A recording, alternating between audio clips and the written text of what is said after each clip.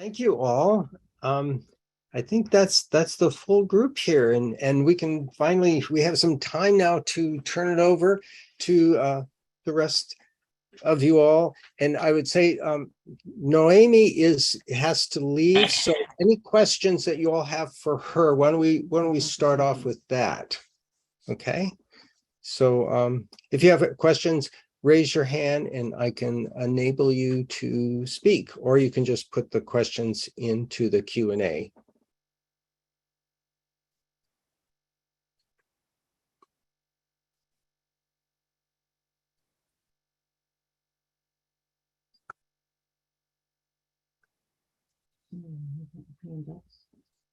So, okay.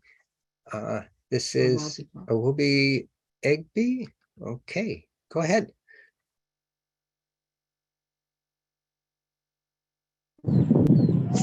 Hello. Hey.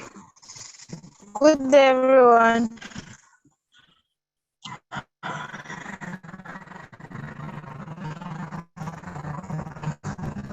Good day.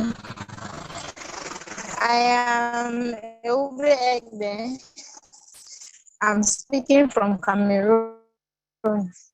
I am an environmentalist and a policy analyst interested in environmental waste management and water.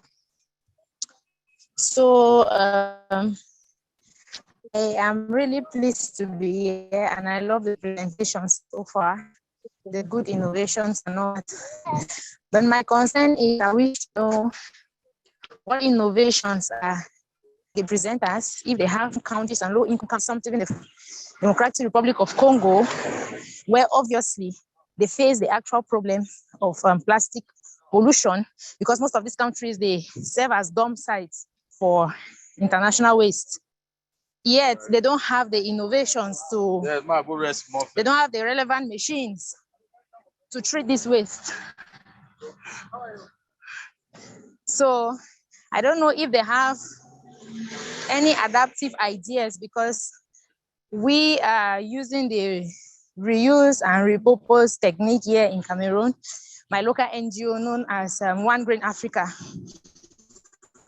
whereby we sort waste, plastic bottles, and we call the project Design with Waste.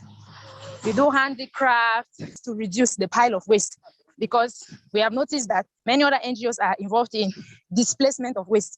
They carry plastics from the seashores and dump it in a dump site. And that same dump site, when it's rainy, it sweeps it back to the sea. So it just remains a circle, not until this same waste is put to use, recycled, which we don't have the machines here in such countries as I earlier mentioned. Little technology. So that's my concern and contract to what we have already started with our.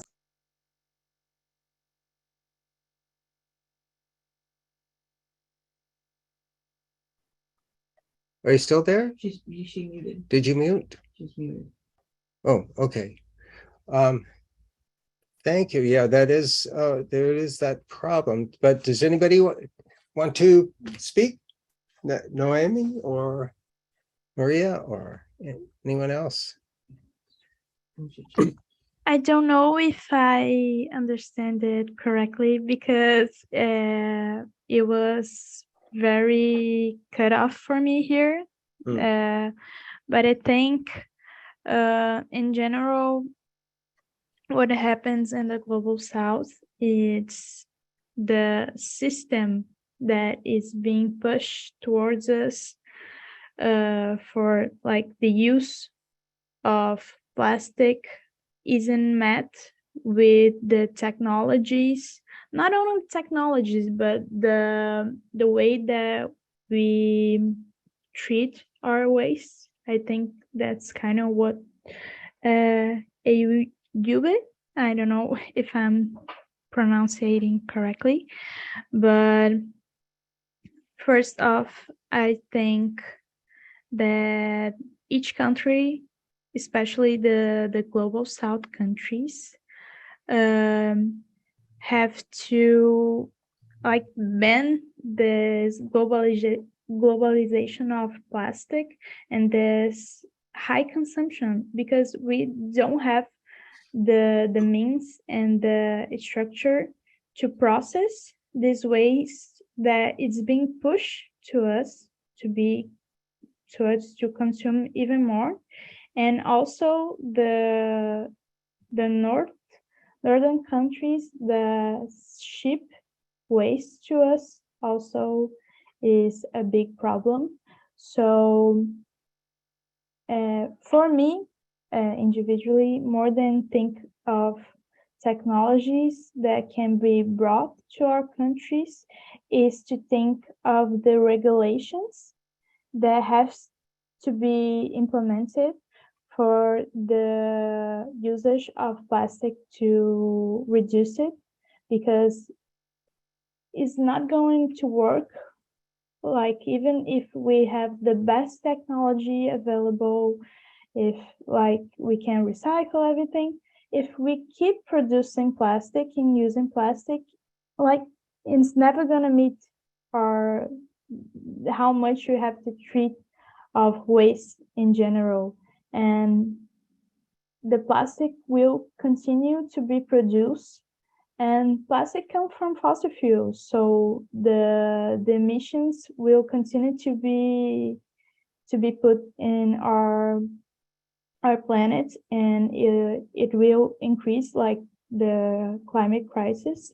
So I don't know if that was the question, because it was very cut up for me, but I think before even that we think are bringing technologies to the global south, we need to like ban and regulate the use of plastics and the production of them, you know. And I can kind of speak a little bit on also like my thoughts on that, although I don't really have like a specific question to answer. But, you know, in being like a student in the United States, kind of like my perspective on the issue, and kind of what we can do about it. So I think that there has to be more education on our end, and putting the issue into perspective for students, because I think it's very difficult for young people when they see what the plastics pollution crisis looks like in these other developing countries. They can't understand it because they don't see that here, because we do have the technologies. And so that plastics pollution especially in my area, is very, very hidden. Yes, it is a prevalent issue in the world, but we can't see it. So these young people are not able to empathize with the issue, and they're not able to fully understand it. And then that really sets them back in taking action, because they can't see what is really happening. Although there are those few students and those environmental advocates that do understand the severity of the issue. But really, I think that what we can do is educate more people on plastic consumption, and also for the plastic. It really comes down to the systemic change that's really needed as well too, because it's those plastic companies that have to stop pushing the hyper consumerism, and that regulations need to be imposed on them to cut back that production of plastic. And then we also have to do our role of educating ourselves and understanding the issue, empathizing with the issue, so that way we can take the necessary actions, and those individual actions that in the end do matter. So it's kind of, we need the healthy balance of the two. Those are just my thoughts. And as I mentioned, this negotiations on this global plastics treaty that's going on now, they're preparing for this meeting in Uruguay at the end of the month, at the end of November. And yeah, a lot of these issues are going to be discussed. And we also have some other webinars planned ahead where we'll get deeper into some of the issues about on trade and these different flows and a lot of the inequities that are involved in this. And there's a question for Noemi from Kathy Michaels. Is there any advocacy on the legislative front for any of the issues that Saplings is involved in, working on laws and policies to address environmental harms is tough but effective. And similarly, in other countries, what legislative remedies are seen as important to turn off the tap on plastic production and to stop imports of plastic and plastic waste from other countries? So yeah, Kathleen, thank you for your question. Sapling has worked a little bit on the legislative front. So we're fairly new. We've only been around for about a year or so. But this year we hope to get more involved. But some of the work that we have done is, well, first we wrote letters and we also gathered with students to hear their thoughts on the Montgomery County Public Schools Sustainability Plan. So Montgomery County Public Schools hadn't updated their sustainability plan in a really long time, and it really only focused on like energy usage, but this time around they updated it this past school year, and they included all things sustainability. So they talked about food waste, consumption, sustainable materials, so that includes plastic, plastic usage, and what was the other thing? Also education and providing students with those hands-on learning opportunities. And so what we did is we held a series of events, 2 forums actually, to talk to students, first educating them on what it was, because a lot of students didn't even know Montgomery County Public Schools had a sustainability plan. And then 2, getting their thoughts and feedback on it, because we ended up drafting a letter which we sent to Montgomery Public Schools on our thoughts and specific suggestions of how they could amend the sustainability plan to have in writing what the students want. And I believe we were one of the only student groups. There might have been other students who might have written, but we formally announced that we were a student group that was writing, and we all signed on to the letter, not just as the saplings, but as individuals. And so that was one thing that we did work on. And then another thing was that we did advocate for amending the forest conservation law, so getting more stricter regulations on how the amount of forest that can be cut down by companies, and that is unrelated to the plastics, not completely unrelated, but it's not necessarily touching so much on the plastics crisis issue. But yeah, that one we did testify, and we were, my friend Allison Sweeney and I, she is also part of the advisory group, and we did give testimony. We're the only 2 students there, as well as sent in written testimony, and we did that in partnership with the Montgomery County Forest Coalition as well. So we are endorsing their suggestions. But we do hope to get more involved in the legislative front, especially on the plastics issue, because there are a lot of students on our advisory group that are very interested in that and want to advocate for it. I'm not sure I can speak so much as to what legislative remedies are happening in other countries, but that is one thing that we are doing. And we do recognize that regulations and legislation really do make a difference, because they are really going to basically stop it at the source. So yeah, hopefully that answered your questions. Thank you, Noemi. And Olga is here. Olga? Да, здравствуйте. Видно меня, слышно? Yes. Okay. Thank you very much. Я бы тоже хотела поделиться некоторыми мыслями по поводу роли общественности и, в частности, молодежных организаций в решении проблем загрязнения пластиком. Наша организация «Экосогласие» и «Экоаккорд» активно работает над этими проблемами окружающей среды и устойчивого развития. И вот пластик – это одно из наших важнейших направлений. Я хочу сказать, что практически все активисты нашей организации выросли из молодежного движения. У нас когда-то была такая организация, которая называлась «Молодежный совет МГУ по охране природы». которая сделала очень много хорошего и в плане образования молодежи, в частности, и различных практических действий. Поэтому мне вот знакома эта специфика. Я хочу сказать, что действительно это ваше будущее в первую очередь, и вы сами его строите уже сейчас, и очень важно принимать активное участие. Но, во-первых, очень важно, чтобы молодые люди образовывали сами себя. Конечно, есть школы, конечно, есть какие-то другие каналы. Сейчас очень много информации, всяко разной, но в этой информации можно утонуть, запутаться. И очень важно, чтобы вы выбирали такие важные, полезные, нужные мысли, от которых зависит ваше будущее и качество вашей жизни. Вот. Дальше вот мне очень понравилось то, что говорила и Ноэми, и другие выступающие. Очень важно обучать своих ровесников, своих друзей, коллег, те, с кем вы учитесь, потому что, как правило, очень озабочены проблемой вообще экологическими и загрязнением пластиком в частности, какие-то отдельные, более сознательные молодые люди. Очень важно, чтобы действительно пришло осознание к широкому кругу и ваших ровесников, и даже не ваших ровесников. Есть очень много случаев, которые рассказывали различные взрослые люди, в частности, чиновники европейских стран.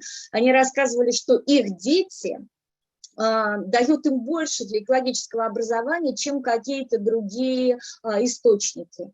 Например, дети следят, чтобы мусор сортировался, чтобы у взрослых были такие экологические привычки, и таких случаев все больше. Мне кажется, это очень важно. То есть надо воспитывать не только своих ровесников, а более широкие круги. И, конечно, очень важны практические действия. Очень приятно сегодня было услышать о действиях, которые предпринимают молодые люди в разных странах, и по очистке каких-то территорий, и по внедрению раздельного сбора мусора, и по сбору, в частности, пластика для дальнейшей переработки. Это действительно очень важно. А также действительно растет случай, вот как нам Юля рассказывала из Костромы, многие другие организации. Сейчас во многих школах молодые люди пытаются свои студенческие работы посвятить экологическим проблемам, и в частности проблемам пластика. Мне кажется, что это очень хорошо. И, конечно, очень важно вот то, что говорили advocacy, по-русски это называется защита общественных интересов. То есть диалоги с правительствами как на национальном уровне, так и с местными властями. Это очень нужны. Участие в разработке различных планов, программ. Здесь голос молодежи, безусловно, должен быть услышан. Еще вот тоже очень понравилось то, что вот Наоми упомянула диалог с компаниями, которые слишком много используют пластика или используют одноразовые пластики.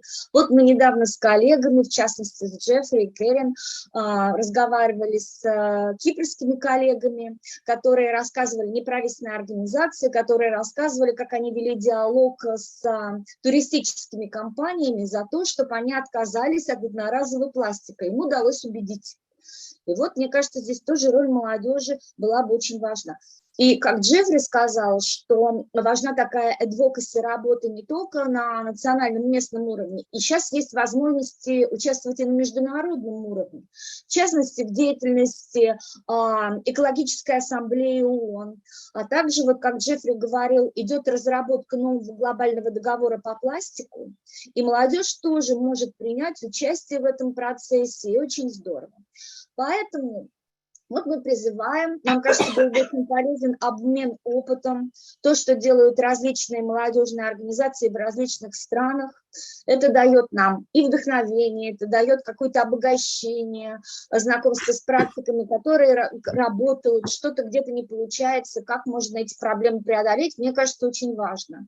Ну и вообще вот такие совместные действия, в частности, по может быть, по влиянию на новый договор по пластику. Мне кажется, это тоже было бы очень полезно. Вот кратко так. Well, thank you, Olga. There is one last question here from Yannick Memis, and he asks, how do we ensure that youth voices are valued genuinely, considered in discussion on environmental issues such as plastic pollution, rather than just being good photo ops for business or government? So Anyone? I think I can speak a little, and you also can compliment me. But I think to ensure that this doesn't happen to us, that we have to truly understand what is happening and speak up. Don't let like these corporations, business, and the government just use us for a good photo, but like demand there are voices and our visions are considered. And I think the main point for this to not happen that is that we educate ourselves and the people around us and truly understand what is happening, like what is the problematic of plastic. Doesn't that we doesn't stay in that shallow conversation about plastic, but truly understand how the system is built and how we can like break those things that make the plastic crisis exist truly, and really step up, speak up, and demand that our voices are being heard. I think not being afraid to demand what we truly need, because it'll be us that will suffer the most of this crisis. We are already suffering now, and we will be left to figure it out. So, like we have to have a say on this. So I think for me and for all of my colleagues who participated in this panel today, is for us to shield ourselves with knowledge and really speak up, because we are privileged to have like education. Many people don't have the same opportunities as us, so we have to use that privilege that we have for of education to fight, not only for us but for people that don't know like the real impacts of the climate crisis, the plastic crisis. So I think that's it. I think my colleagues can complement this answer. I wanted to echo something that you had said, how we have to educate ourselves. And I think that's really like the most important part, because we have to remember that climate action and taking action on issues like such as plastic waste and fighting climate change, all of that, is no longer like a choice anymore. Like it's become our duty. It's become our own responsibility, because like by 2050, if we don't take action now, all the effects of climate change are going to become irreversible, or they're said to become irreversible, and that's within our lifetime. But where does that leave the rest of the generations that are going to come after us? So I think that, educating ourselves, the ones that are capable, the ones that do have the privilege to access information, to read information, and to understand it, and who also have the energy to give to that issue, to take action on it.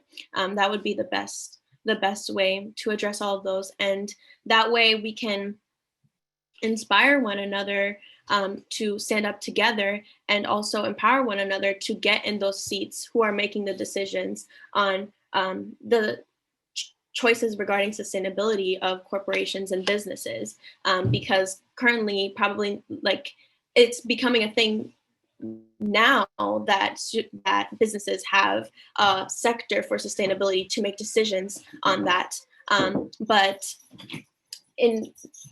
really, we have to make the seat for ourselves in order to make that change. So Last thoughts? Irina, Maxim, others?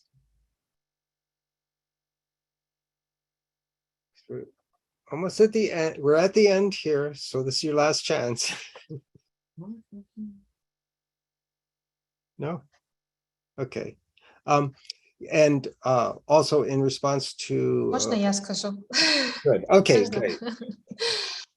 Да, я просто сейчас всех слушала и в чате рабочем написала, что, вы знаете, я сейчас поучаствую в международной конференции, мне было очень приятно, а самое главное, что во мне вновь родилось вдохновение. На самом деле я пишу грант большой, крупный, и я поняла, что вот это действительно, когда мы общаемся вместе, делимся опытом, мы вдохновляем друг друга и поддерживаем, даже несмотря на то, что между нами тысячи километров. Поэтому я всем хочу огромное спасибо сказать, то, что высказали свое мнение, рассказали о своем проекте. Ну, для меня прям вот частичка прям души, сердечко появилась в глубине меня благодаря вам. Огромное спасибо. Thank you. Well, we're at the end of our time, and this is great. And I'm very impressed. I'm impressed with all of you, and I know so many people are looking to you with hope for dealing with a lot of the stuff that we haven't done and been able to do. So I thank you so much for participating in this and sharing your thoughts, the work that you're doing. In response to point that Laura made about the opportunities for the international discussions, everything, this treaty that's going on, we will send out another email with some information and also post a lot of this information on our website, and so that you can connect with others, and we want to follow up with you on your project, so we can get that also on the website, maybe do some profiles and things like that, so we can kind of continue this. And we do have these other webinars. We invite you all to join those and continue these discussion. A lot of these really difficult issues, really difficult issues. And we are so glad that you are all like engaged. We really need you. So I think that's about it. So I thank you all. We'll be posting the recording on the website. We'll give you, we'll send out a message, let you know about that. And I just want to thank you again for all this wonderful discussion and sharing. The webinar will be available. The recording will be available. And the recording will be available on our website. So thank you so much. Thank you for the invite. It was so nice to meet you all. And I hope we can share more experiences in some other time. And don't forget about the Global South, about Latin America. Okay, I'm here when you need it. Nice to meet you all. Okay. Thank you all.